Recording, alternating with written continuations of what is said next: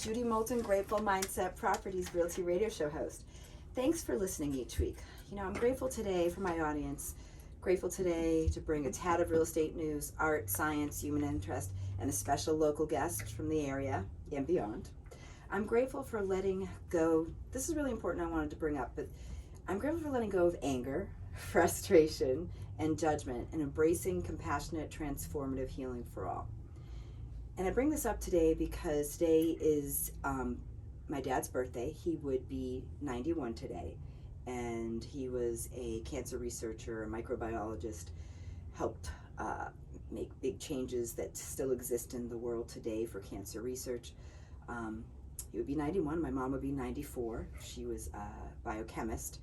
And they are the people who taught me about transformation in terms of letting go of self-harm and judgment and so on, and focusing on compassion for all.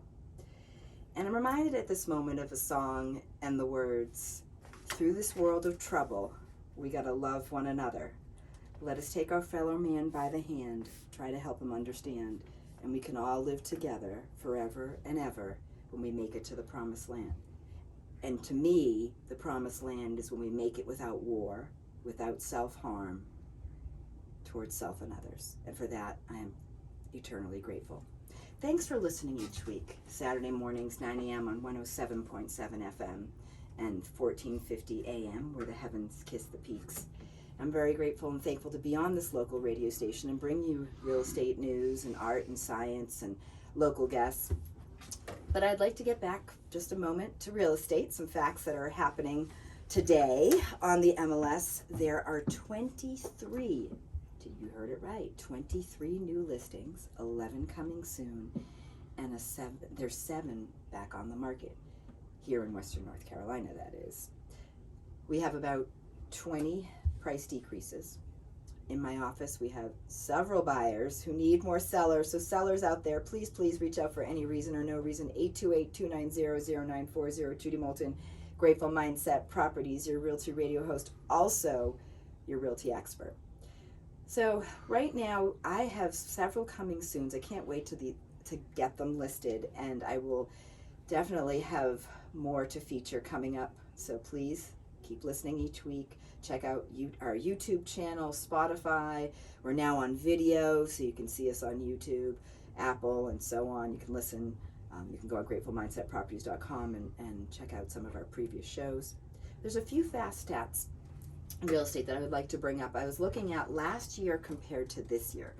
So in 2022 at this time, we had 206 new listings.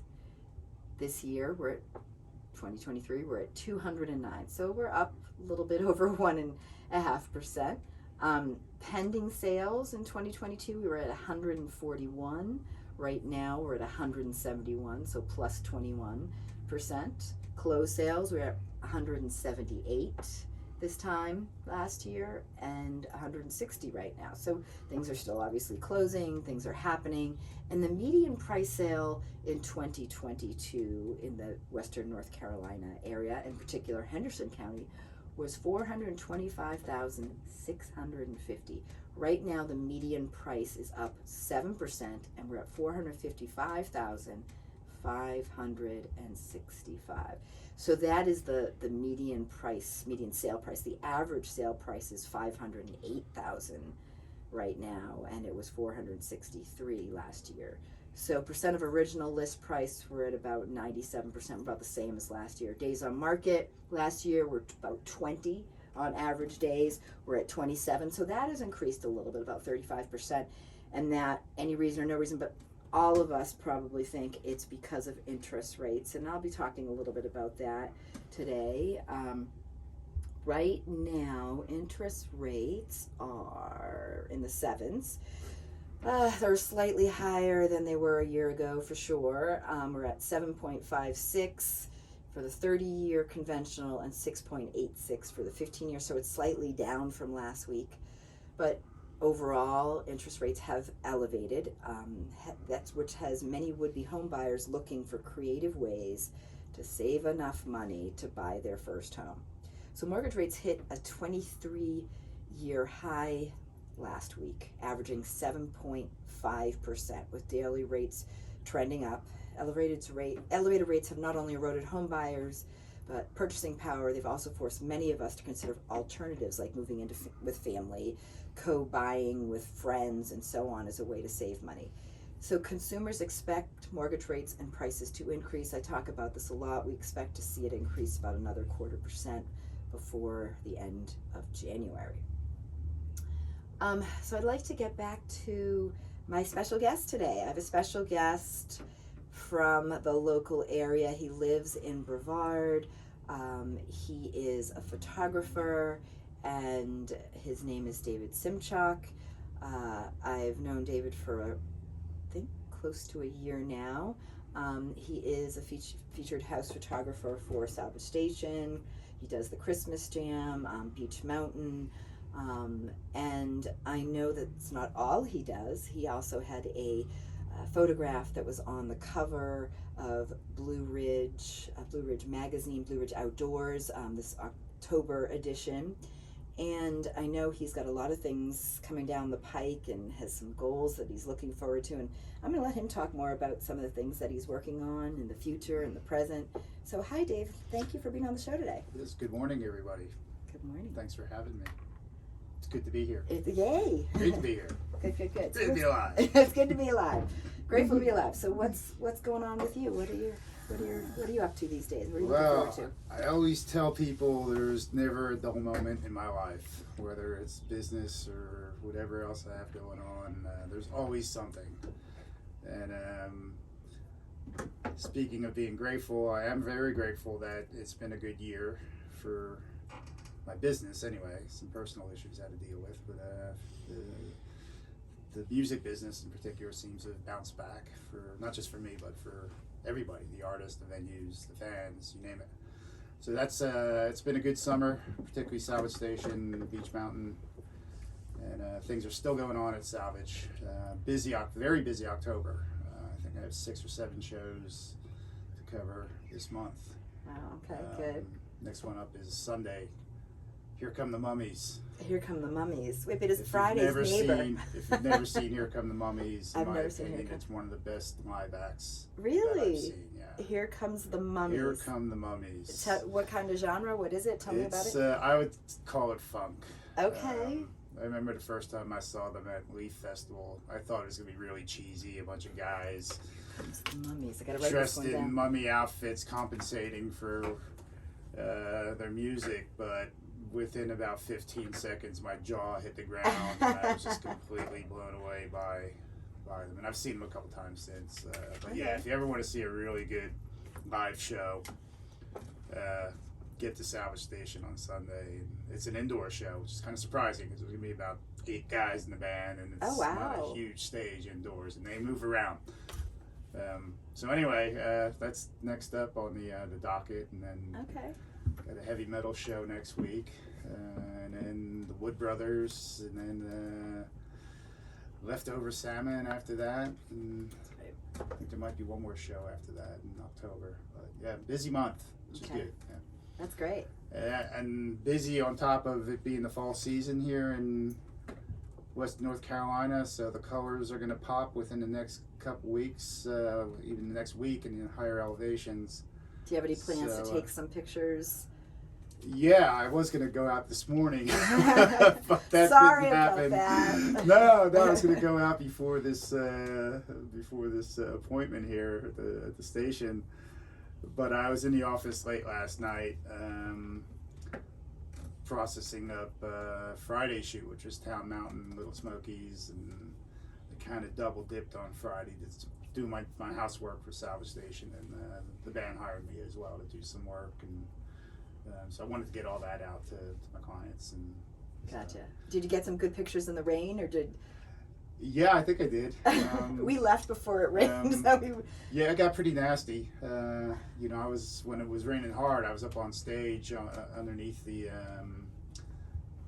cover, but the wind was blowing into the stage, which created a problem for the band and all their electronics and pedals and all that, and so they kind of had to cut things a little bit short. But I got some shots from the soundboard, the front of house, where you can see the rain in the lights. That would be neat. Oh, I'll have to look. So, Okay. I'll get out I might go out tomorrow morning. I got to look at the forecast, and even though mountain forecasts don't really mean much of anything. Forecast in general. But yeah, I want to get out and do some fall photography, and I want to organize a couple of my meetup events.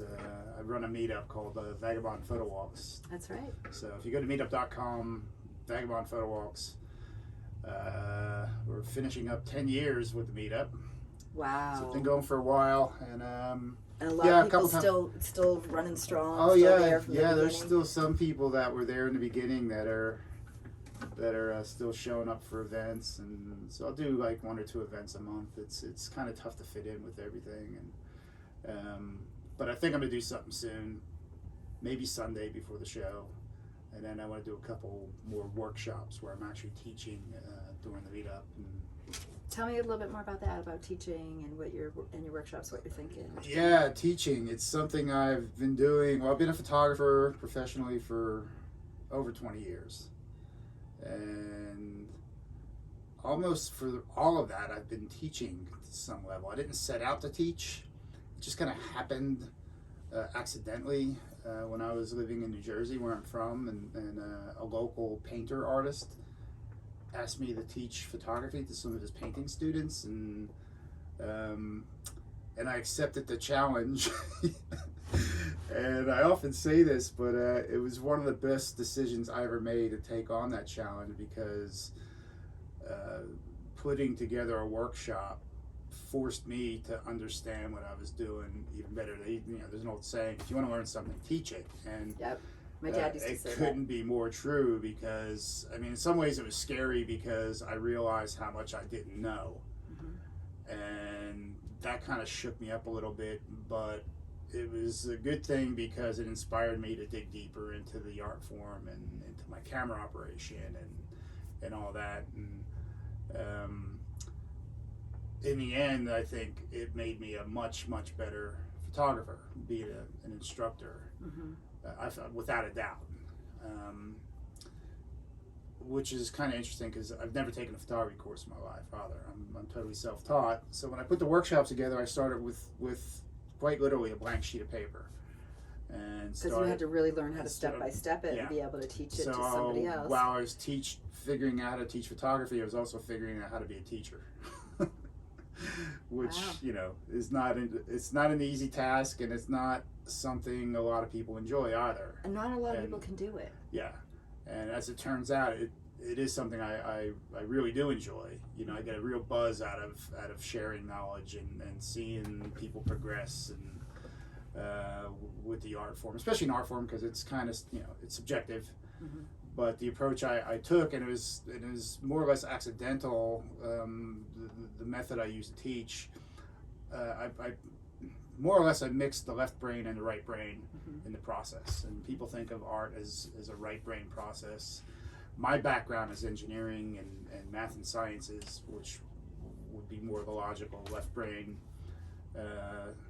stuff. And just by my life and my formal education and my work experience, organically this system developed of how I teach photography, which combines a logic approach to a right brain creative approach. Mm-hmm.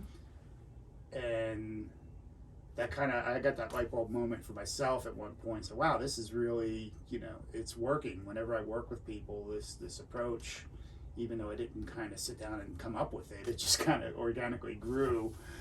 It works. And it's also therapeutic, whether you recognize that or not, but using both sides of the brain. For me. Right, for sure. That's my point. Yeah. But yeah, it's worked real well, and it's how I approach not just the technical side of teaching somebody how to use their camera, which, there is logic to it. I always say you can have a digital camera, which seems very complex, but it's conceivable that you can learn 100% of that camera operation. You can learn every button, every dial, every menu item if you wanted to. I don't believe you have to, but you could. You can run out of things to learn about the camera. And that's more, a logical approach. Like, how do you prioritize? What do you need to learn, and you take that route. Now, the creative side, the compositional side of photography is different. It's limitless. There's no end to what you can do with composition. Mm-hmm. All right, it's like painting. There's just no end to it. Or music, music will be around forever, and it's always going to evolve. And so, like, how do you? The challenge for me was how do I take that logical approach to composition and the right brain stuff into teaching somebody how to compose their photographs. Okay, so I did. I created a whole workshop on it, and I haven't taught it in a while. I actually taught it at UNCA, their OLLI program, a couple years. It's going back when I lived in Weaverville, and but it does work. And it actually, I had to dip into my high school education when I took a design course. And a shout out to Mr. Anthony if he's still with us. But I remember my senior year in high school learning about the elements of design and shapes and lines and textures and patterns and all that. And those are the fundamental elements of any composition, whether you're talking about a photograph or a painting or architecture or whatever. And so when I put that workshop together, that's what I did. I started with the fundamentals, which are more logical. They're you can define them, and they're not ambiguous. A line is a line. You can have a straight line or a curved line, but it's a line. All right. You can have a shape and so on and so forth. So I take that and build that into how do you bring these elements into your frame of your camera, which is a rectangle. Right? Anytime you look through your viewfinder, you have a rectangle. Gotcha. So it's a process that you can work logically, and you then hit a point where you draw a line and say, okay, the black, white, 1-0 logic is over. Now, me as the artist, if I'm the one taking the picture, I need to make a creative decision. All right. Now, if I were to compare that to you, you might make a different creative decision than I would have. Absolutely. Neither one's right or wrong. It's just unique. Well, it could be unique to us. We might make the same decision, but even so, we might still look at it differently or capture it differently. Right. So it's basically the whole process takes logic where it's yes, no, kind of black, white, 1-0 type answers to questions you pose it yourself until you draw a line, and then you have to make a creative decision. And that's where your right brain kicks in, and you make a compositional choice. So when's your next workshop? Well, right now I'm kind of I want to do a couple things in October. I haven't scheduled anything. It's kind of running out of time, but I'm focusing more on the online courses right now. Okay. And so that way you could do it anywhere, because I know you have travel plans. Yes, I can do it anywhere, and I can reach more people as well. If I do the live in-person work, yes, it's definitely more intimate, and I can connect with people a lot better in person, but you hit a limit on how many people you can actually connect with and help. That's true. Okay. So scalability is limited doing that stuff. Nowadays with the internet and Zoom and you name it, there's a lot more that can be done to reach a lot more people. Gotcha. So I'm putting together really 3 different types of online formats. One being just a basic video course of something. So let's use music photography as an example. I can do a 2-hour video, no interaction with me. It's all, you buy this course for whatever amount, and you get what you get out of it, right? And then there's the higher end tier would be what I would call mentor program, where there is some one-on-one, likely through Zoom or Google meetings or whatever you use, and so that would, I'll use music photography as an example. Take somebody from being not a novice photographer, because there's going to be a prerequisite that you understand how to use your camera. All right, I'm not going to teach camera operation for that, but I will take them through not just the creative side of what makes a great not just a good photograph, but a great photograph, but also teach the business side of music photography. And I'm a big advocate for photographers to get paid for what they do. And unfortunately, in the music business, not everybody gets paid. Very few people do. Gotcha. As far as photographers, and probably say the same about musicians, unfortunately. Yeah. But I'm an advocate for people that are investing a lot of money into their equipment, and a lot of time into what they're doing, and adding value to whether it's an artist or a venue or whoever, a promoter or a producer. They should be compensated for that, right? A lot of talk nowadays about living wage and this and that, and meanwhile there's countless photographers that are willing to do things for free after spending tens of thousands of dollars on cameras and computers and software and all this stuff. And why do you think that is? Is just because of the love of the art? Because it's fun, they say. It's so much fun, and yeah, it is fun. It's a blast, and I'm very grateful, again, that I get to do what I do as part of my livelihood.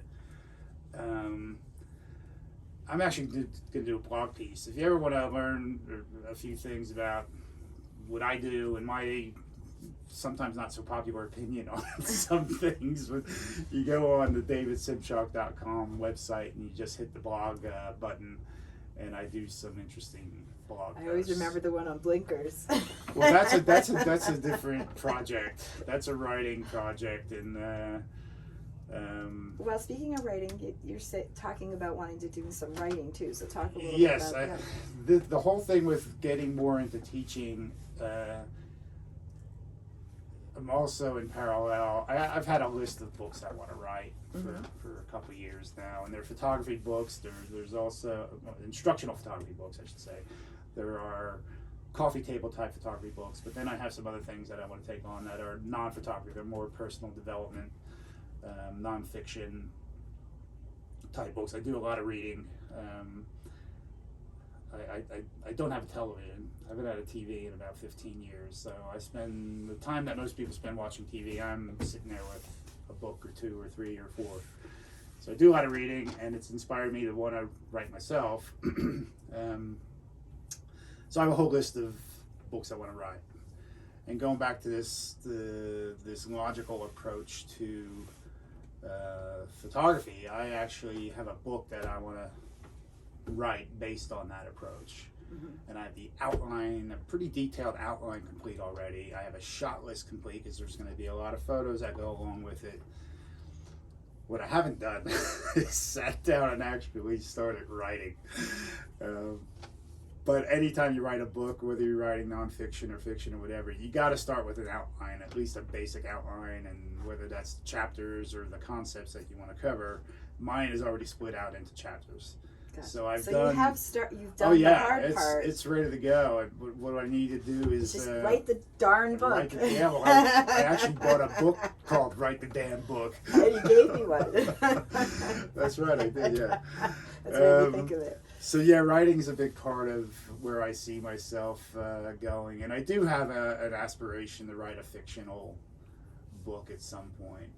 I'm fascinated by fiction, even though I don't read a lot of it. It's kind of like songwriting. It's like, how do these people come up with this stuff? I guess some people might say that about photographs or some of my photographs. Like, how do they come up with that? But like writing a song and the lyrics and the melodies and the chorus, and where do you put the bridge, and the same with like fiction. It's like there's a fictional author I do follow. He was based out of Sanibel, Florida. His name is Randy Wayne White, and he wrote like a series of like 25 books, probably 2 or 3 a year, with this character called Doc Ford. So every book features this guy, Doc Ford, and a couple other of Doc's friends, and just, how do you come up with these stories and these plots and fill 300 pages worth of stuff to do that? To me, creatively, it's just fascinating. Yeah. And that creative. And I've never tried to do it. I think the vast majority of what I read is nonfiction. And I do think it's easier, in my opinion, to write a nonfiction book. Probably takes a lot more research to write nonfiction, but organizing it is easier than coming up with a plot, in my opinion. Mm-hmm. You know, and an interesting story. And mind you, not nonfiction. You got to make it interesting and captivate, you know, your reader and keep them involved through what could be pretty mundane material at times. You know, and but anyway, I have this goal. I want to write a fictional book, even if it's just like a parable. Like my favorite book ever is The Alchemist by Paulo Coelho, and you can sit down and read it in a couple of hours. But it's a beautiful story. It's inspiring. You can take it at face value, just say, yeah, just some story about some kid that traveled through Spain and Northern Africa or whatever. But there's a much deeper spiritual and symbolic meaning behind everything that's going on. And I've read a bunch of books like that are they don't take long to read, but they have a very powerful message behind them. And they're fictional. It's like the greatest salesman that ever lived. That's another book. And there's so many. Siddhartha is another really good one. And one of my favorites. The Monk Who Sold His Ferrari. It's another really good one. Or Chop Wood, Carry Water. There's a lot of them out there that are like simple stories with a really profound message. And I'd like to write something like that someday. I love that. I'll be the next Paulo Coelho. Love that. That's great. Yeah. That's awesome. So yeah, like I said in the beginning, to go full circle, there's never a dull moment. I have plenty that I want to accomplish in my life and things I want to do to help other people. And I got to say one more thing about another book. You mentioned in the intro this letting go. I got to give a plug to this guy. He's no longer with us, but David Hawkins' book called Letting Go. I just read it about a month ago and just blown away by it. I mean, now I'm reading another one of his books called Power versus Force, and pretty powerful stuff. Yeah, I think you, Judy, knowing your background, you would probably want to read it. I'll write it. I'll write it down for sure. It's a good one. Yeah. Okay, that's good to know. So, anything in closing? Anything you want to share with the audience before? We're finished up for today. Yeah, I guess, if you ever want to follow what I'm up to, like I said, I always have something going on. Just best place to start is my website, davidsimchock.com, DavidSimchock.com. And that is my main photography site. It does house my photography. I do sell art, my photography art, and there's an instructional portal there that's where all the workshops and stuff will be, and my blog is there. But I'm also on Instagram, David Simchock. I'm on Facebook, of course, and LinkedIn, and so there's many platforms to find you. But you can start at the website and work from there. And I have some interesting giveaways on the website, an ebook or two, and very nice. Some downloadables to help. I like to try to help educate people. Yes. Well, thank you for educating us today, and look forward to your workshops and your writing. Judy Moulton, Grateful Mindset Properties Realty Radio host. We had David Simchock, writer, photographer extraordinaire. Recently had a cover photo on Blue Ridge Outdoors in the month of October. And again, Judy Moulton, Realty Radio Show host, Grateful Mindset Properties, 107.7 FM, Saturday mornings, 9 a.m., www.gratefulmindsetproperties.com for more details, or 828-290-0940. Thank you so much for listening.